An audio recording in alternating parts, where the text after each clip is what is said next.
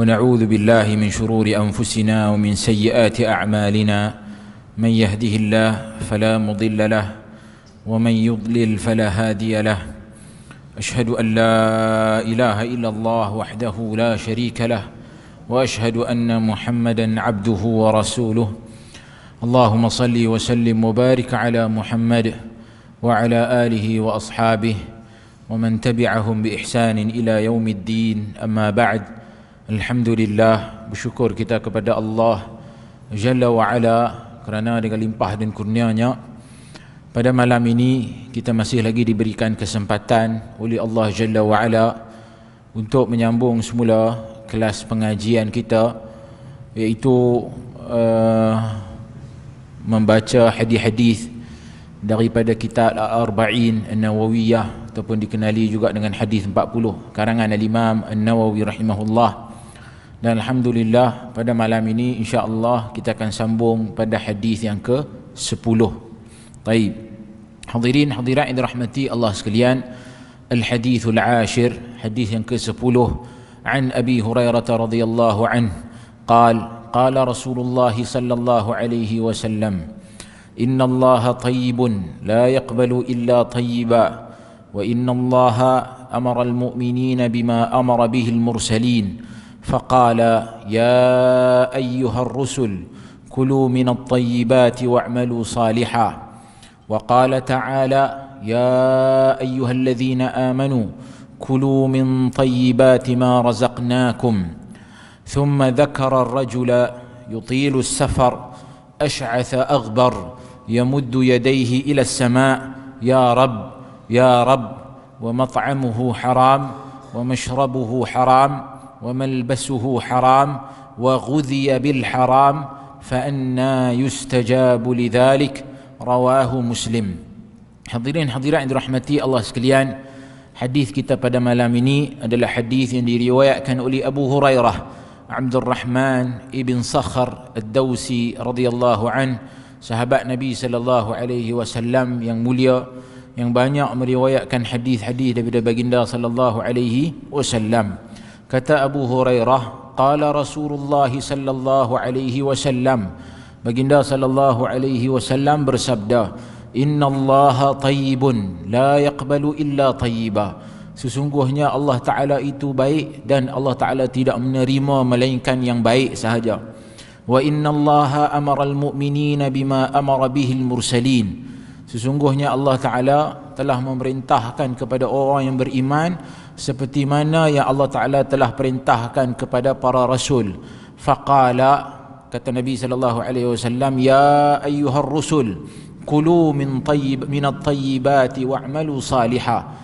Baginda sallallahu alaihi wasallam membacakan firman Allah Subhanahu wa taala dalam Al-Quran, wahai para rasul, kulu minat tayyibati wa'malu salihah, makanlah daripada yang baik-baik dan juga laksanakanlah amal yang salih. Wa qala ta'ala, firman Allah Ta'ala lagi, ya ayyuhalladzina amanu, wahai orang-orang yang beriman, kulu min tayyibati ma razaqnakum, makanlah daripada tayyibat yang baik-baik kan, daripada apa yang telah Allah Ta'ala kurniakan kepada kamu. Thumma dhakara ar-rajula yutilu safar ash'atha aghbar. Kemudian baginda sallallahu alaihi wasallam menyebutkan tentang perihal seorang lelaki yang bermusafir, berjalan jauh, ash'atha aghbar, dalam keadaan rambutnya yang kusut masai dan juga berdebu kan, dipenuhi pakaiannya, wajahnya dipenuhi dengan debu. Yamuddu yadayhi ila sama, dia mengangkat kedua tangannya ke langit. Yamuddu yadayhi ila sama, ya rab ya rab, sambil dia berkata ya rab ya rab, wahai Tuhanku wahai Tuhanku. Wa mat'amuhu haram, sedangkan dalam masa yang sama dia makan makanan yang haram. Wa mashrabuhu haram, dan juga minumannya juga minuman yang haram. Wa malbasuhu haram, pakaiannya adalah pakaian yang haram.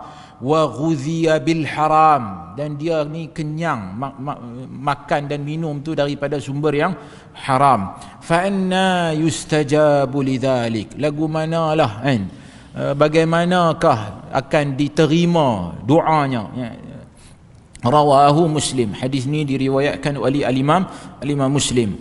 Hadirin hadirat yang dirahmati Allah sekalian, hadis ini, hadis kita pada malam ni membicarakan tentang perihal sabda Nabi sallallahu alaihi wasallam, di mana Nabi sallallahu alaihi wasallam bersabda, innallaha tayyibun, sesungguhnya Allah Taala itu tayyib. At-tayyib di sini dengan maksud at-tahir.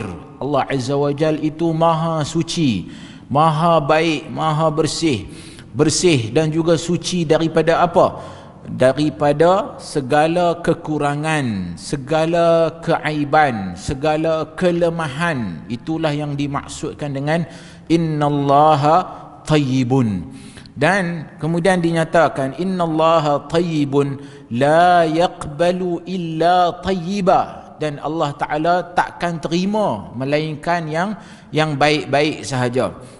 Para ulama ketika menghuraikan apa yang dimaksudkan dengan kata Nabi sallallahu alaihi wasallam, innallaha la yaqbalu illa tayyiba, Allah Taala tak terima melainkan yang baik-baik sahaja.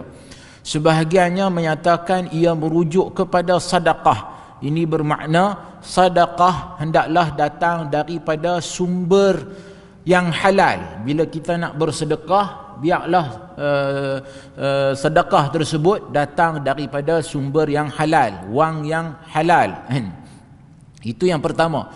Akan tetapi kebanyakan para ulama melihat skop hadis ini dalam skop yang lebih luas, bukan semata-mata melibatkan sedekah, tetapi juga ia melibatkan amalan, a'mal. Jadi para ulama menyatakan bahawasanya baginda sallallahu alaihi wasallam menyatakan yang Allah Taala itu baik, Allah Taala itu suci, dan Allah Taala takkan terima daripada amalan-amalan melainkan amalan tersebut, yakni amalan yang dilaksanakan oleh hamba-hambanya, hendaklah amalan tersebut juga suci, bersih daripada apa? Bersih daripada perkara-perkara yang boleh merosakkan amalan tersebut, kan? Iaitu seperti mana riya, kan, ujub, kan, apa sahaja unsur yang menyebabkan amalan itu ditolak oleh Allah Subhanahu wa taala. Jadi ini bermakna innallaha tayyibun la yaqbalu illa tayyiba. Kalau dalam konteks amalan, maka hendaklah amalan tersebut bebas daripada perkara-perkara yang merosakkan amalan tersebut. Asyirku billah, syirik kepada Allah Azza wa Jal, khilafis sunnah, menyalahi sunnah, ujub, riya, ini semua antara perkara yang merosakkan sesuatu amalan.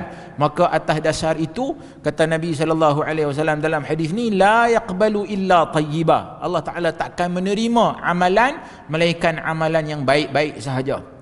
Dan juga dalam konteks amwal, dalam konteks harta benda, maka Allah Ta'ala takkan terima apa sahaja yang disumbangkan ke jalan Allah, melainkan ia itu, sumbangan tersebut mestilah bersumberkan daripada sumber yang halal, kan? Jadi konteks tayyib di sini ia merangkumi amalan, ia merangkumi perkataan, ia juga merangkumi i'tiqad, kepercayaan kita, ia mestilah suci daripada sebarang perkara yang boleh merosakkan sama ada amalan kita, ucapan kita serta i'tiqad kita, kan? Hadirin hadirat yang dirahmati Allah sekalian,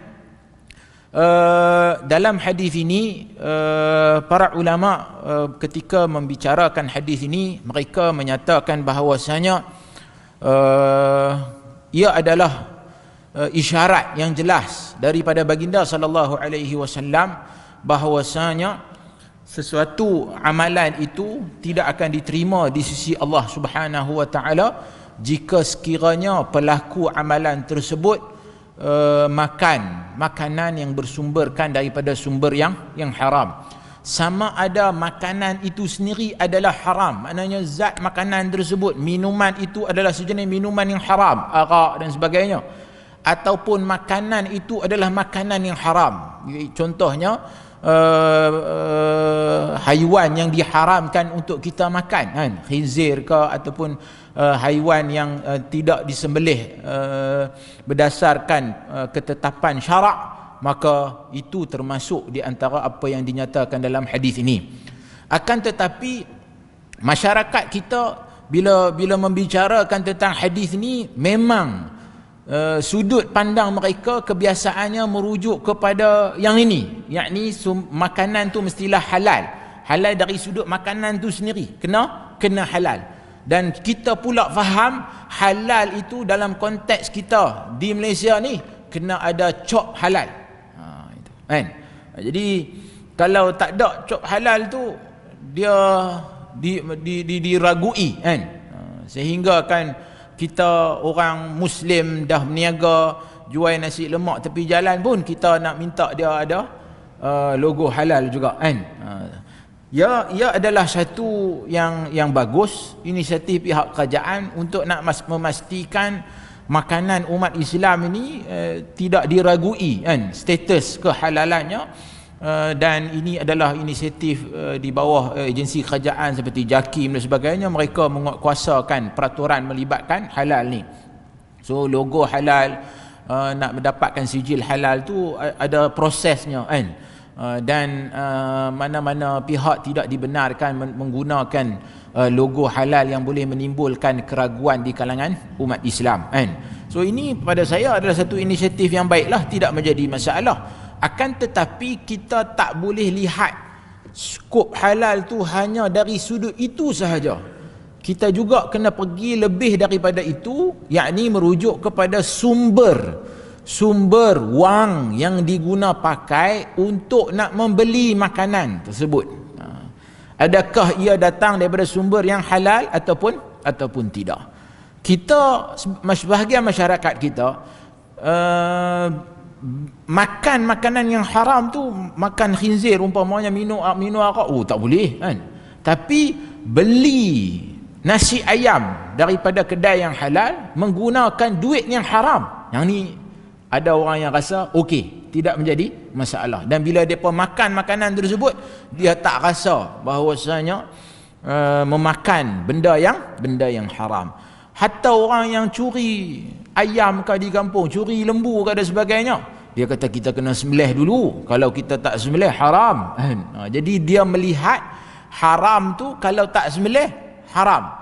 Akan tetapi dia curi tu, dia tak lihat itu sebagai satu benda yang haram. Jadi kita sangat sensitif dalam masalah melibatkan halal dan juga haram dari sudut makanan, tetapi kita lupa dari sudut sumber ambilan wang yang kita guna untuk nak membeli makanan, nak jamu anak bini kita kan. Kita lupa dari sudut itu. Jadi hadis ini merangkumi semua perkara tersebut. Makanan itu sendiri mesti halal, duit yang kita guna pakai untuk nak membeli makanan tersebut juga mestilah datang daripada sumber yang halal. Baik. Hadirin hadirat yang dirahmati Allah sekalian, jadi berdasarkan kepada hadis ini menunjukkan bahawasanya selagi mana makanan yang kita makan adalah makanan yang halal, nescaya amal yang kita lakukan tersebut akan diterima di sisi Allah Subhanahu wa taala.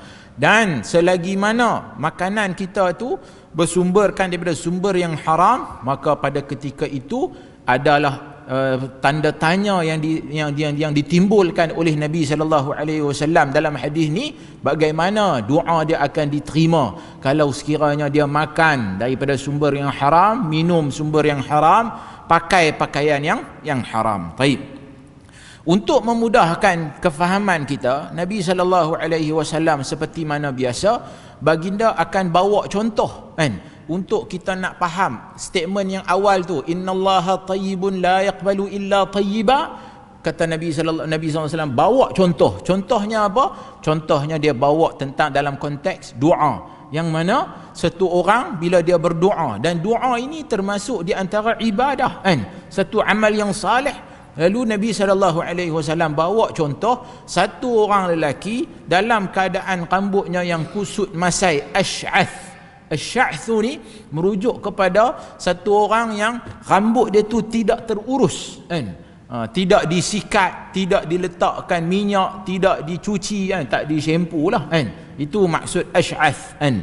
Aghbar dia dipenuhi dengan debu kan, yamuddu yadayhi ila sama, dia mengangkat tangan berdoa kepada Allah Azza wa Jal, ya Rab, ya Rab, ya Rab, tapi dalam masa yang sama mat'amuhu haram, makan dari sumber yang haram, mashrabuhu haram, minum daripada minuman yang haram, wa malbasuhu haram, pakaiannya daripada sumber yang haram, wa ghudhiya bil haram, dia ni membesar dan kenyang dengan makanan yang haram, fa anna yustajabu lidzalik, kan, macam manalah Allah Taala akan makbulkan, kok celah manalah kan, celah mana yang Allah Taala nak makbulkan doa ni kan, nak begitu tuan-tuan mudah faham. Baik, hadirin hadirat yang dirahmati Allah sekalian, berbalik kita kepada hadis ni, maka hadis ni juga menjadi asas kepada perbincangan di kalangan ulama tentang apa status amalan seseorang yang dilakukan, yang mana amalan itu dilakukan, amal itu adalah amal yang saleh, ia satu bentuk ibadah, tetapi ia dilakukan bersumberkan ataupun dilaksanakan bersumberkan daripada wang yang haram. Contoh paling mudah, kita pergi buat haji, tapi buat haji dengan wang kena duit loteri contohnya, kan?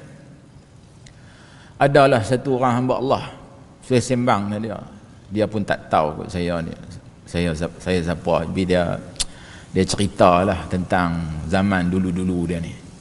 Jadi dia cerita yang dulu waktu dia susah-susah ni, dia juga pernah, orang Melayu kita, Muslim, jadi cerita tu panjang lah, cerita pasal macam-macam, tapi entah macam mana dia boleh buat keluar satu cerita. Dia kata dulu dia pernah berdoa kepada Tuhan, kami tengah sembang pasal apa, dia kata Allah Ta'ala ni kalau doa minta yang hak tak elok pun kadang-kadang Allah Ta'ala bagi. Jadi dia kata waktu dia tengah susah, dia kata dia pi tikam apa, pi ambil ni lah, pi beli loteri ni nombor ekor. Lalu dia doa, dia kata ya Allah, dia tengah susah ni, ya Allah bagilah kena 1000 pun tak apa. Ada juga orang dan dia kata esok tu pi tengok nombor tu kena sungguh, dan kena 1000 seperti mana yang dia minta, kan?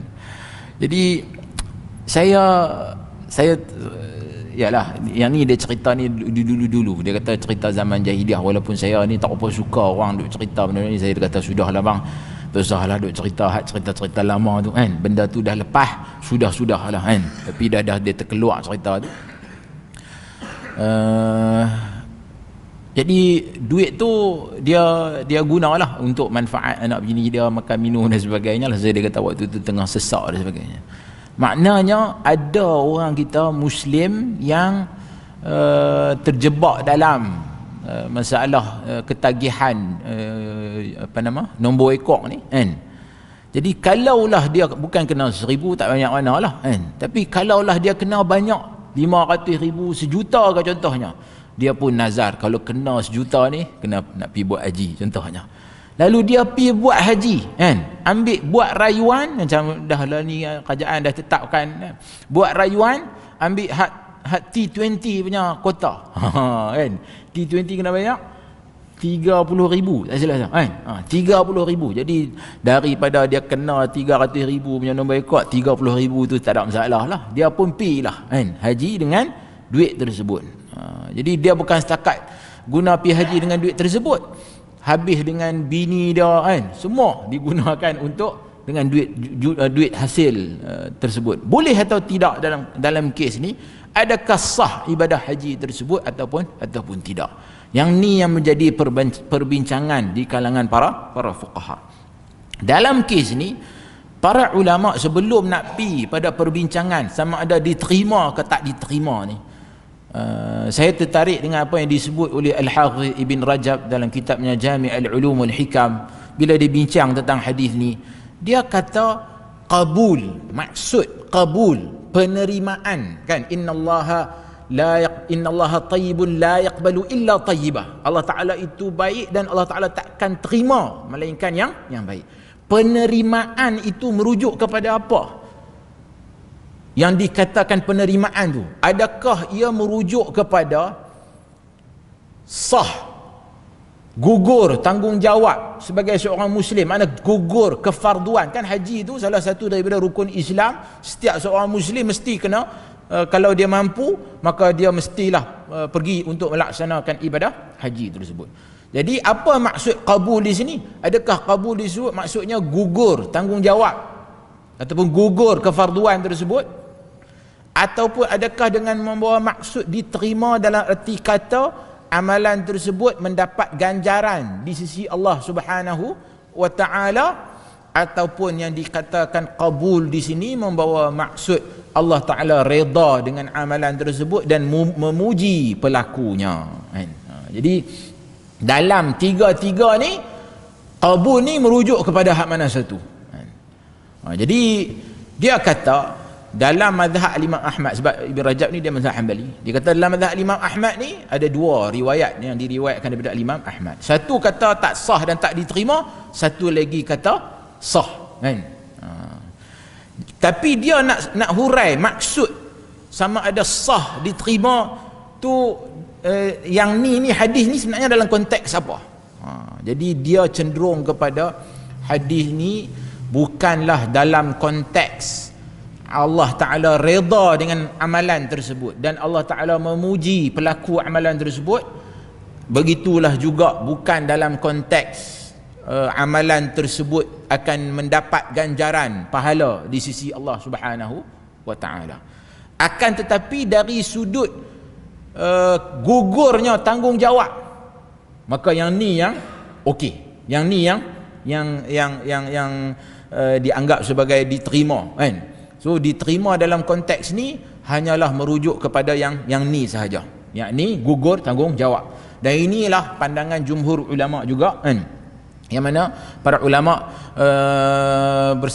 berpandangan dalam hal ini bahwasanya kalaulah dia pergi buat haji dengan duit hasil dia curi ke, hasil duit judi ke, hasil kena nombor ekor ke, kefarduan haji tersebut yang bila dia dah buat, haji itu sah dan gugur tanggungjawab kefarduan haji tersebut. Tapi dia dapat pahala ke? Dia tak dapat pahala. Dia dapat apa lagi? Dia dapat dosa lagi, kan? Dosa mencuri, dosa buat amal saleh dengan duit hasil curi contohnya, kan? Jadi ini ulama bincang dalam konteks ni bukannya nak pi suruh kita ni pi mencuri pula, kan? Ataupun guna duit sumber yang haram untuk melaksanakan ibadah kepada Allah Azza wa Jalla. Tak. Tapi para ulama nak cuba cari alasan dalam bab ni, macam mana kita nak katakan satu orang yang melaksanakan sesuatu amalan ibadah tapi amalan tersebut dilaksanakan bersumberkan daripada sumber yang haram. So dia buat tu buat dah, kan? Jadi gugur tanggungjawab dia, akan tetapi dia tidak mendapat pahala, kan? Amalan tersebut tidak diterima. Tetapi dari sudut tanggungjawab dia sebagai seorang, contohnya dia solat, ulama fuqaha bincang tentang orang yang pakai solat, pakai baju, dia curi baju tersebut. Sah salat dia bila dia dah tunaikan salat zuhur, masuk waktu zuhur, dia tunaikan salat zuhur tersebut, gugur kewajipan dia salat zuhur tersebut. Tapi salat tersebut adakah mendapat pahala? Tak dapat pahala. Dapat dosa lagi ada, kan? Jadi inilah konteks perbincangan yang dinyatakan oleh para ulama dalam hal ini, dan ia merujuk kepada firman Allah Azza wa Jal, innama yataqabbalullahu minal muttaqin. Allah Ta'ala hanya akan terima amalan yang dilakukan oleh orang-orang yang muttaqin, yakni orang yang bertakwa kepada Allah Azza wa Jal. Dalam erti kata dia menjauhi perkara-perkara yang haram, yang dilarang oleh Allah Subhanahu wa ta'ala. Sebab itu para ulama salaf dulu mereka sangat bimbang dari sudut amalan yang mereka buat ni, adakah ia diterima oleh Allah Subhanahu wa ta'ala ataupun tidak. Kerana adakah mereka ni tergolong dalam kalangan orang yang disebutkan sebagai muttaqin, kan? Baik, hadirin hadirat yang dirahmati Allah sekalian, Al-Hafidh Ibn Rajab dia bawa satu perkataan daripada Abu Abdullah An-Nibaji, kan? Dia kata khamsu khisal. Dia kata ada 5 perkara. 5 perkara ni kalau ada dalam satu amalan, maka amalan tersebut akan dianggap amalan yang sempurna di sisi Allah Subhanahu wa taala. Dia kata yang pertama, al-imanu bi ma'rifatillah azza wajal. Pertama, iman dengan beriman dengan mengenali Allah Subhanahu wa taala. Kemudian yang kedua, wa ma'rifatul haq, mengetahui yang benar, wa ikhlasul amal lillah, dan juga mengikhlaskan amalan kerana Allah, wal amalu ala sunnah, beramal di atas sunnah, wa aklul halal, dan juga makan makanan yang halal. Jadi amalan yang sempurna itu mesti ada 5 ciri-ciri ini, kan? Dia kata kalau sekiranya fa in fuqidat wahidah, kalau salah satu daripada 5 ni tak ada, maka amalan tersebut tidak akan diangkat kepada Allah Subhanahu wa taala. Dia kata wa dzalika annaka idza arafta Allah azza wa jalla wa lam ta'rif al-haq lam dia kata kalau sekiranya satu orang tu dia mengenali Allah Subhanahu wa taala tapi dalam masa sama dia tak tahu yang benar, maka itu tidak akan memberi manfaat kepada dia. Kalau sekiranya dia tahu yang benar tapi dia tidak mengenali Allah, maka itu juga tidak memberi manfaat kepada dia. Kalaulah dia mengenali Allah dan mengetahui yang benar, akan tetapi dia tidak ikhlas dalam amalan, itu juga tidak akan boleh memberi manfaat kepada dia. Kalaulah dia mengenali Allah, mengetahui yang hak dan juga mengikhlaskan amalan, tetapi amalan tersebut bukannya di atas sunnah, maka itu juga tidak memberi manfaat kepada dia.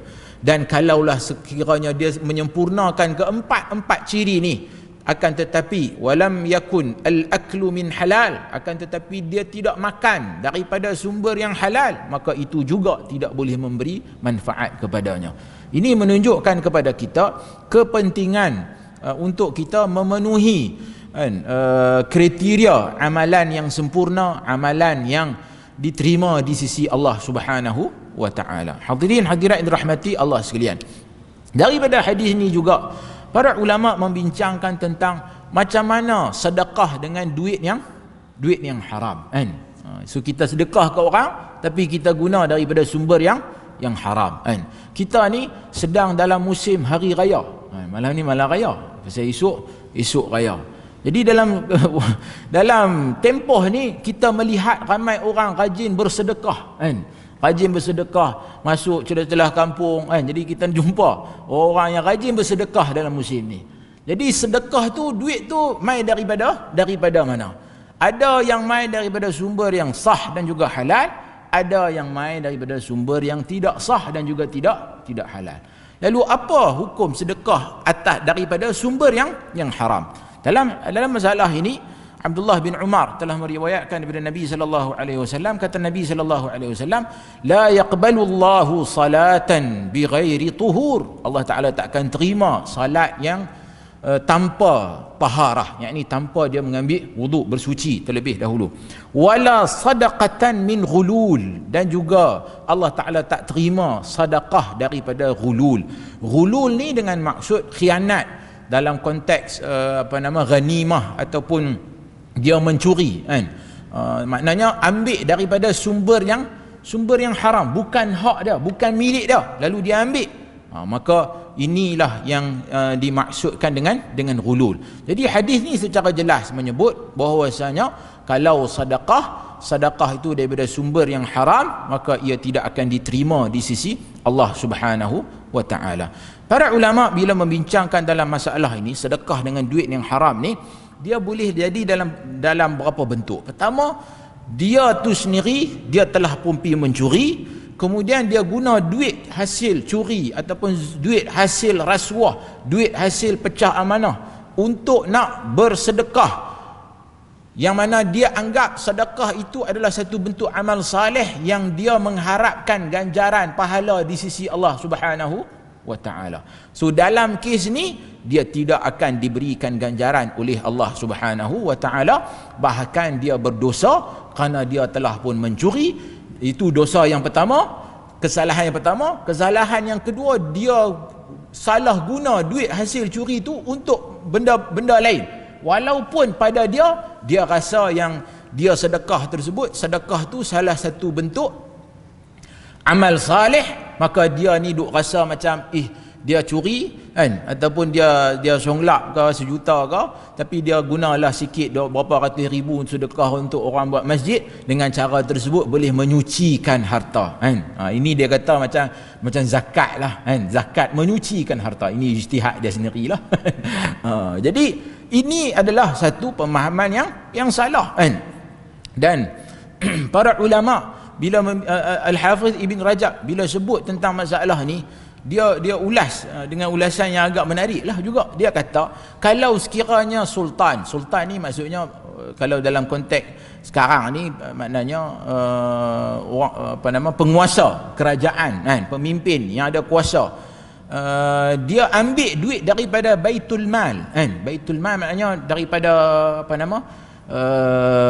badan kewangan negara lah kan. Kemudian dia guna duit tersebut untuk sedekah kan, untuk bagi kepada rakyat kan, buat apa-apa sahajalah kan, untuk maslahat rakyat. Tapi cara dia ambil duit tersebut adalah dengan cara yang salah kan. Jadi ini juga termasuk antara perkara yang dilarang oleh baginda sallallahu alaihi wasallam kan. Jadi kita lihat hari ini ada orang menggunakan perkara tersebut dalam erti kata dia rasa bahawasanya dia ambil tu tak salah pasal dia manfaat wang yang dia ambil dengan cara yang salah tersebut, tapi dia guna ataupun dia salurkan ke jalan yang betul. Ini pemikiran Robin Hood. Yang ni tak boleh kan. Jadi al-ghayah la tubarrirul wasilah, matlamat tidak menghalalkan cara kan. Tidak bermakna cara kita ambil wang tersebut melalui salah guna kuasa, pecah amanah dan sebagainya, kita tipu, claim ke apa dan sebagainya, lepas tu kita nak kurangkan rasa bersalah tersebut, maka kita pula salurkan kepada konon-kononnya sedekah ke jalan Allah dan sebagainya, buat masjid dan sebagainya untuk nak mengurangkan rasa bersalah tersebut. Maka ini juga tak boleh kan. Jadi ini satu perkara yang kita semua kena ambil perhatian dalam bab ni, sama ada seseorang itu yang memegang amanah dalam konteks kerajaan, sama ada kerajaan ialah kerajaan yang luas ni, ataupun dalam konteks yang kecil, persatuan ke kan, masjid ke kan. Kita kena hati-hati dalam bab yang melibatkan wang dana awam kan. Mudir madrasah kita kutip duit merata kan, kemudian kita guna wang tersebut kan, kita salah guna wang tersebut untuk kemaslahatan diri kita, kemudian celah-celah tu kita nak kurangkan rasa bersalah, kita sedekahlah salah mana dan sebagainya demi untuk nak menyucikan wang tersebut. Ini juga tak boleh kan. Jadi sepatutnya kita berhati-hati dalam soal ini, kerana kita telah pun diberi amanah kan oleh Allah Azza wa Jal untuk menjaga kan wang dan juga amanah tersebut, maka sepatutnya kita menggunakan mengikut cara yang telah dibenarkan oleh syarak. Baik. Hadirin hadirat yang dirahmati Allah sekalian. Konteks yang kedua ataupun skop perbincangan yang kedua dalam masalah ini adalah para ulama bincang tentang satu orang tu dia ada duit yang haram. Mai mana duit yang haram tu? Dulu dia mungkin pernah kena nombor ekor dan sebagainya, kena duit judi ke ataupun duit pecah amanah dan sebagainya. Kemudian bila dia dah pencen kan, dia duk main mengaji, dia rasa ini semua dah yalah kan, dia insaf, dia bertaubat kepada Allah Azza wa Jal. Bila dia dah bertaubat, duit tu ada kan, duit tu banyak lagi, berkepuk-kepuk bawah katil kan. Setengah-setengah orang ni dia terima duit tu dalam bentuk cash kan. Tuan-tuan mungkin pernah baca berita kan, pegawai perhutanan mana pun tak tahu kan, duit ada dalam rumah tu berjuta duit dalam rumah, buh dalam tin biskut kan, buh bawah katil, buh bawah tilam, buh merata ceruk dalam rumah. Jadi dah pencen dah kan, kemudian duk main mengaji, dengar kuliah dan sebagainya, rasa tak kena lah kan, nak buat lagu mana dengan duit ni kan. Lalu dia semai satu fikir, duit ni semua duit haram. Lalu dia pun balik bakar satu kayu api, kutip semua duit tu, ini semua haram kan, duit haram, aku dah bertaubat kepada Allah Azza wa Jal, bakar semua duit ni kan. Bolehkah? Adakah itu cara yang sepatutnya? Ataupun pi ambil duit tersebut, buh lagu ni, ikat dengan bata, pi taut dalam laut, contohnya kan. Yang ni ada ulama dulu yang memfatwakan duit-duit haram ni pi buang dalam laut, pun ada kan. Jadi Al-Hafiz Ibn Rajab dalam bab ni dia kata tak usahlah buat lagu tu, sebab itu satu bentuk itlaf, maknanya kita buang saja macam tu duit tu kan, sedangkan dia adalah sesuatu yang bernilai. Maka dalam kes tersebut dia hendaklah kan, pertama kalaulah duit tu hasil curi dan dia tahu siapa orang yang dia curi tersebut, banyak mana duit yang dia ambil, dia hendaklah pi pulangkan semula kan. So kalau duit tersebut duit pecah, mana rasuah dan sebagainya, dia kena pi serah dirilah, pi mengadap SPRM, pi bagi, yang ni duit saya pernah ambil semua, saya dah bertaubat kan. Lepas tu dia kena hadap lah kan, apa yang berlaku lepas pada tu kan. Ataupun kalau sekiranya dia tak tahu duit ni dah bercampur banyak sangat, dia pun lepas pada tu dia menega lah sebagainya, macam-macam dah ni. Jadi duit menega, duit rasuah, duit pecah amanah, duit judi, dia pun tak tahu dah yang mana satu. Duit dia curi daripada orang, dia pun tak tahu dah. Jadi dia nak buat lagu mana ni kan, nak pergi buang, yalah kan, rugilah kan. Jadi boleh tak dia guna duit tersebut untuk maslahat awam kan, untuk kemaslahatan awam. Yang ni lah yang difatwakan oleh sebahagian ulama kan.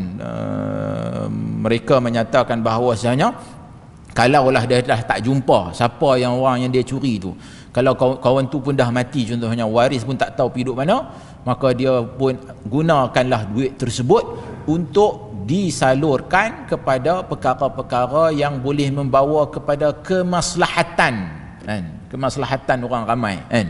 Contohnya dia boleh nak buat jalan raya ke kan, ataupun pergi buat padang bola ke, pergi buat bilik ayak ke kan, apa-apa sahaja benda kan, termasuklah bagi kepada pihak masjid untuk buat pembangunan pun boleh, tidak menjadi masalah. Inilah yang difatwakan oleh para ulama dalam hal ini. Yang penting ia merujuk kepada perkara yang boleh memberi manfaat kepada orang awam kan, dalam konteks tersebut sahaja kan. Jadi maknanya dia juga tak dianggap mendapat ganjaran dari sudut tu lah. Dia sebenarnya nak mengelakkan duit tersebut daripada disia-siakan begitu sahaja, maka dimanfaatkan untuk perkara tersebut. Saya difahamkan ada sebahagian majlis agama di Malaysia ni yang buat satu tabung khas, dia panggil tabung wang tidak patuh syariah kan. Sebab kita ni kadang-kadang ada mungkin dulu-dulu pernah terjebak dalam mana-mana pelaburan ke kan, pergi bubuh duit dalam akaun yang tidak patuh syariah ke dan sebagainya, maka kita boleh salurkan kepada tabung ini. Yang saya difahamkan ada majlis agama negeri tertentu di Perlis, tak saya ada kan, mereka ada sediakan tabung ni kan. Jadi tuan-tuan boleh salurkan kepada saluran ni. Baik, hadirin hadirat yang dirahmati Allah sekalian, berbalik kita kepada hadis ni juga menceritakan tentang adab dalam berdoa. Secara tak langsung hadis ni cerita juga pasal adab dalam berdoa. Tang mana yang dia cerita pasal adab dalam doa ni? Dia cerita tentang satu orang lelaki yang mana dia telah pun berjalan jauh, bermusafir. Jadi para ulama daripada hadis ni mereka istimbatlah ada faedah yang boleh kita ambil daripada hadis ni. Sebab bila disebut ciri-ciri lelaki tersebut sedang berdoa, tapi dia ada ciri-ciri yang baik, tapi dia juga ada ciri-ciri yang tak baik. Lalu ini bermakna kalau dia ada ciri-ciri yang baik, maka nescaya doa dia tu akan diterima oleh Allah Subhanahu Wa Taala. Apa ciri yang baik tersebut? Yang pertama, dia ni seorang yang bermusafir. Lalu para ulama menyatakan bahawasanya salah satu sebab doa seseorang itu diterima di sisi Allah Azza wa Jal bila mana seseorang itu dia dalam keadaan bermusafir. Dalam hadis yang diriwayatkan oleh Abu Hurairah radhiyallahu anhu, Kata Nabi SAW, thalathu da'awatin mustajabat, 3 doa yang akan diterima di sisi Allah Subhanahu wa taala. La syakka fihin, tidak ada keraguan padanya. Pertama, da'watul mazlum, doa orang yang dizalimi. Sebab tu hati-hati, jangan menzalimi seseorang. Dan kita tak tahu satu orang yang kita zalimi tersebut dalam apa jua bentuk kezaliman. Dia menadah tangan berdoa kepada Allah Azza wa Jal, ya Allah, si fulan telah menzalimi aku. Dia ni tidak ada hijab antara dia dengan Allah Subhanahu wa taala. Kemudian yang kedua, wa da'watul musafir, doa orang yang bermusafir. Dan yang ketiga, wa da'watul walidi li waladih, dan juga doa seorang ayah kepada anaknya.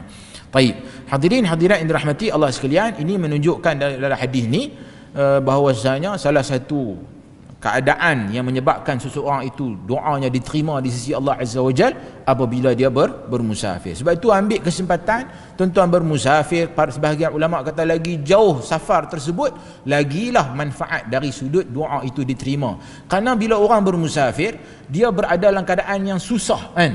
Sukar, banyak perkara yang cabaran yang terpaksa dia hadapi, maka itu juga membuka ruang untuk Allah Ta'ala terima doanya.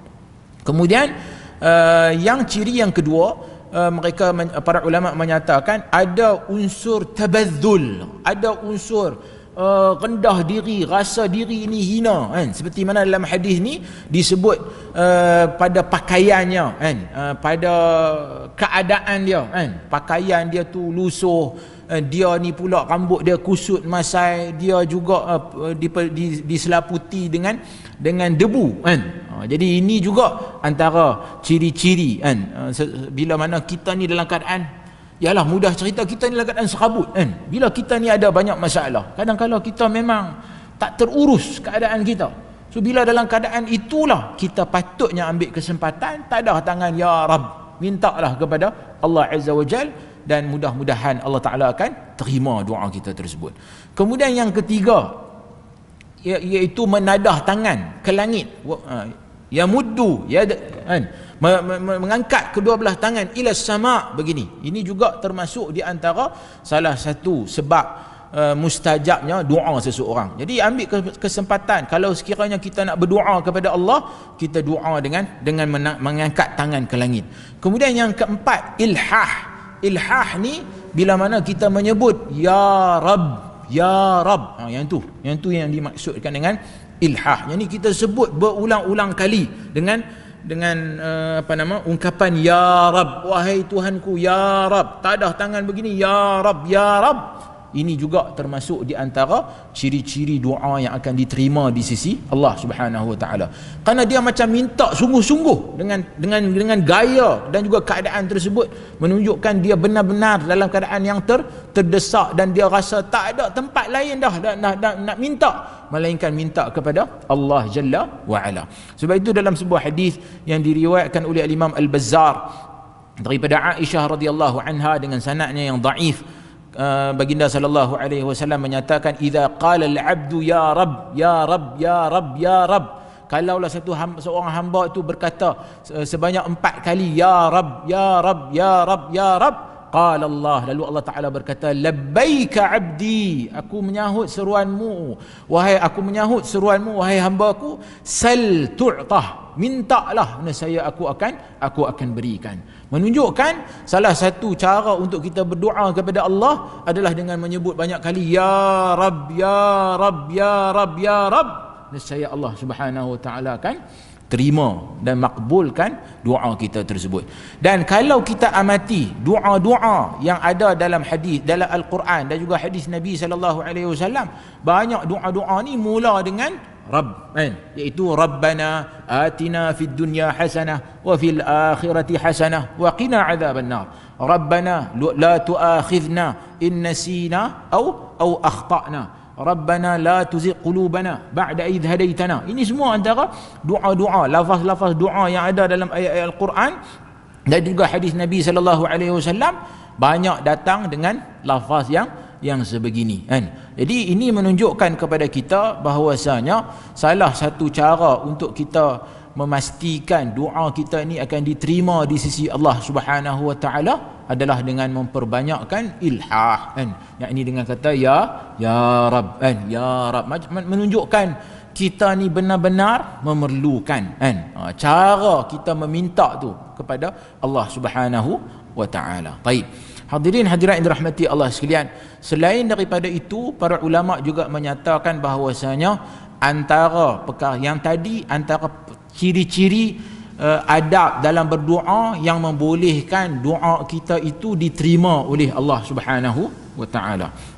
Kemudian para ulama juga menyatakan bahawasanya sebaliknya, kalau sekiranya kita buat pula perkara yang menjadi mawani', benda-benda yang boleh menghalang doa kita itu diterima di sisi Allah Subhanahu wa taala pula, apabila seperti mana yang disebut dalam hadis ni, iaitu kita makan daripada sumber yang haram kan, minum daripada minuman yang haram ataupun daripada sumber yang haram, pakai pakaian daripada pakai sumber yang haram. Hadirin hadirat yang dirahmati Allah sekalian, sebab itulah kita tak usah tengok orang lain, kita patut muhasabah diri kita balik. Mungkin setiap daripada kita ada permintaan, ada hajat masing-masing, yang mana kita telah pun minta lama dah kan, tapi kita tak dapat juga. Salah satu benda yang patut kita muhasabah adalah kita semak balik, selama ni kita ni duk makan minum ni mai daripada sumber yang halal ataupun tidak kan. Dan dia tak semestinya macam saya kata tadi, kita makan makanan yang haram atau minum minuman yang haram, tapi sumber itu penting. Dan hari ini sebahagian orang tidak benar-benar teliti dalam hal ini, kadang-kala disebabkan kesempitan hidup kan, dia terdesak dan sebagainya, lalu dia cuba nak cari alternatif sumber pendapatan kan, lalu kadang-kala dia main redah saja kan, ambil saja apa saja yang ada, yang penting tak boleh buat duit, lalu dia tak fikir dari sudut halal dan haram, pelaburan kan, buat kerja kan, kena pastikan dulu adakah kerja yang kita buat ataupun pelaburan yang kita libatkan diri dalam pelaburan tersebut datang daripada sumber yang halal ataupun tidak kan. Jadi sebelum nak melibatkan diri itu, tanya dulu kan, orang yang berkeahlian, adakah ini sesuatu yang dibenarkan di sisi syarak ataupun tidak.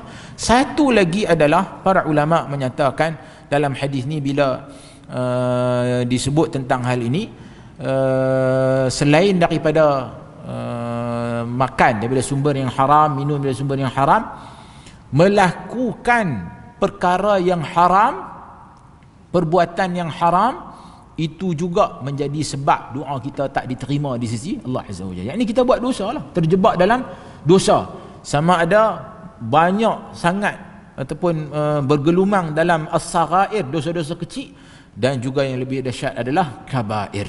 Dan ini juga antara sebab kenapa doa kita tidak dimakbulkan oleh Allah Subhanahu wa taala. Jadi setiap daripada kita patut muhasabah sama ada apa yang telah selama ni kita doa ni, kenapa ia tak diterima di sisi Allah Azza wa Jal. Boleh jadi kita telah melibatkan diri dalam perkara-perkara yang telah saya nyatakan tadi, dan kita patutlah muhasabah dan tinggallah semua amalan-amalan tersebut, dan kita elakkan diri kita daripada melakukan hal-hal tersebut. Baik.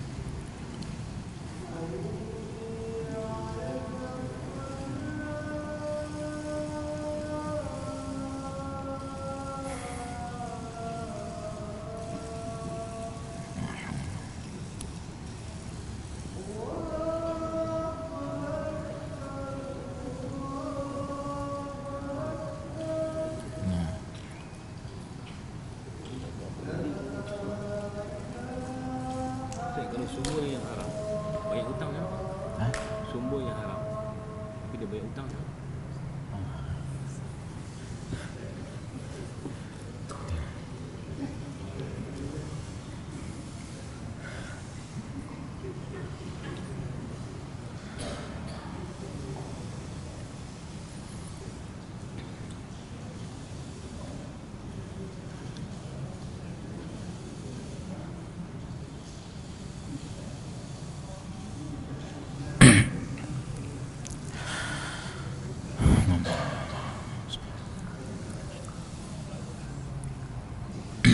Baik. Hadirin hadirat yang dirahmati Allah sekalian. Ada soalan tadi. Kalau dia guna duit yang haram tu untuk nak bayar hutang. Jadi kita yang terima duit bayar hutang tu lagu mana kita ni? Betul tak? Baik. Ni sama macam soalan yang pertama, sama pernah ditanya kepada Abdullah ibn Mas'ud. Satu orang ni seperti mana diriwayatkan oleh dalam Musannaf Abdul Razzaq. Satu orang mai tanya kepada Ibn Mas'ud, dia tanya, dia kata jiran dia ni jenis makan duit riba. Jadi dia jemput aku mai makan di rumah dia. Boleh aku nak makan? Jadi Ibn Mas'ud kata makan tu halal lah bagi hang yang makan makanan tersebut. Jamuan makanan tu halal, tapi dia tu berdosa kerana dia telah tuan hak jemput kita makan tadi tu, dia berdosa lah kerana dia telah pun makan duit daripada hasil riba. So para ulama dalam hal ni menyatakan bahawasanya hukum itu berubah kerana merujuk kepada transaksi tersebut. Transaksi kita dengan dia telah jemput kita makan makanan. So kita ni adalah tetamu makan di rumah dia. So makanan yang kita makan adalah halal. Tapi dia yang beli makanan tersebut dan dia yang telah pun makan hasil daripada duit riba dan dia terjebak dalam dosa riba, maka dalam konteks dia haram dan berdosa. So dalam kes ni tadi, dia gunakan duit tersebut untuk nak bayar hutang kita. So kita ni yang terima duit dia ni, transaksi antara kita dengan dia adalah transaksi dia ni hutang duit kita, dia bayar balik hutang kita. So kita tak menjadi masalah. Ambillah duit tersebut, tidak menjadi masalah. Tapi dia dengan Allah Azza wa Jal, dia telah guna duit yang haram kan? Dan dia juga telah duit tersebut ambil daripada sumber yang haram, dan dia juga belanjakan duit tersebut yang sepatutnya dia tak boleh guna kan? Belanja duit yang bersumberkan sumber yang haram tersebut. So kita dalam konteks kita selesailah, sebab transaksi kita dengan dia adalah transaksi yang halal. Sama macam tuan-tuan berniaga di tepi jalan. Tuan-tuan berniaga pisang goreng. Mai satu orang tokek kedai nombor ekor kan, mai berhenti nak beli pisang goreng kita. Takkanlah kita nak kata kat dia, saya tak mau duit haram daripada tuan, contohnya kan. Tak, transaksi antara kita dengan dia adalah transaksi yang halal, iaitu dia beli goreng pisang kita. Tapi dia belanja duit yang haram, makan daripada sumber yang haram, maka dia termasuk dalam hadis yang kita bincangkan sebentar tadi. Boleh tak? Baik. Hadirat yang dirahmati Allah sekalian. Jadi saya ingat cukup sekadar itu perbincangan kita pada malam ni. InsyaAllah kuliah yang akan datang kita akan sambung pula. Cumanya saya nak ambil kesempatan lah sikit je lah kan, pada malam ni sebelum nak tunggu masa nak qamat ni. Tuan-tuan pun tahu malam ni malam raya, esok kita raya kan. Jadi saya nak nasihat tuan-tuan dan perempuan supaya kita ni berpada-pada lah dalam bab yang melibatkan pilihan raya ni kan. Jangan hulu dan juga jangan melampau. Benda ni tang ni saja, waktu ni saja, musim ni. Dan soal pemilihan pemimpin dalam konteks pilihan raya ni, dia adalah ijtihad. Dia tidak melibatkan syurga dan neraka, dosa dan pahala. Ia adalah ruang ijtihad yang terlalu banyak pemboleh ubah yang boleh difikirkan dan ditetapkan oleh setiap individu. Dan setiap individu dengan maklumat yang dia ada, pengetahuan yang dia ada, dia akan buat pilihan. Karena itulah sistem yang ada dalam negara kita ni. Jadi berpada-pada dalam bab ni. Tuan-tuan ada pilihan masing-masing, tak kisahlah kala apa pun, silakan kan. Tapi jangan sampai tak main masjid kan, tak bertegur siapa dan sebagainya. Esok hari ni kita main masjid, esok pun kita main masjid, lusa pun main masjid, setiap hari kita main masjid. Jangan disebabkan oleh masalah pilihan parti politik ni menyebabkan kita berkelahi, tak mau bertegur siapa antara satu sama lain, sehingga kan apatah lagi kita isytihar satu orang tu, siapa undi saya, parti saya masuk syurga kan, tak undi parti saya masuk neraka. Yang ni kita tak mau dengar lah tuan-tuan.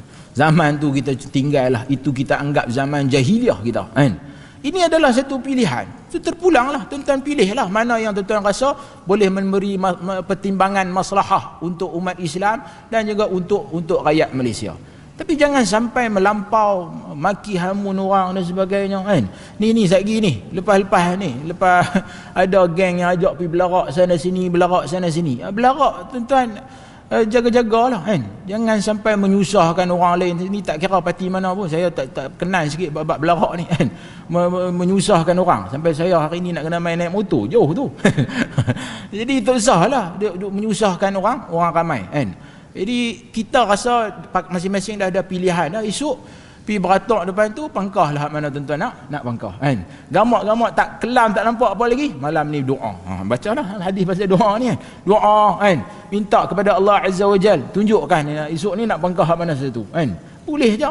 Jadi benda ni adalah satu pilihan. Jangan melampau dalam hal-hal yang melibatkan seperti ini. Saya cukup tak suka bila mana umat Islam membincangkan soal politik ni sampai ke tahap ia melibatkan syurga neraka. Dia ada dua pilihan ni saja. Siapa tak ni syurga, siapa tak ni neraka. Jadi kita tak mau kan. Dan benda-benda seperti ini boleh membawa kepada perpecahan di kalangan umat Islam. Jadi hati-hati tuan-tuan, jangan melampau, jangan hulu.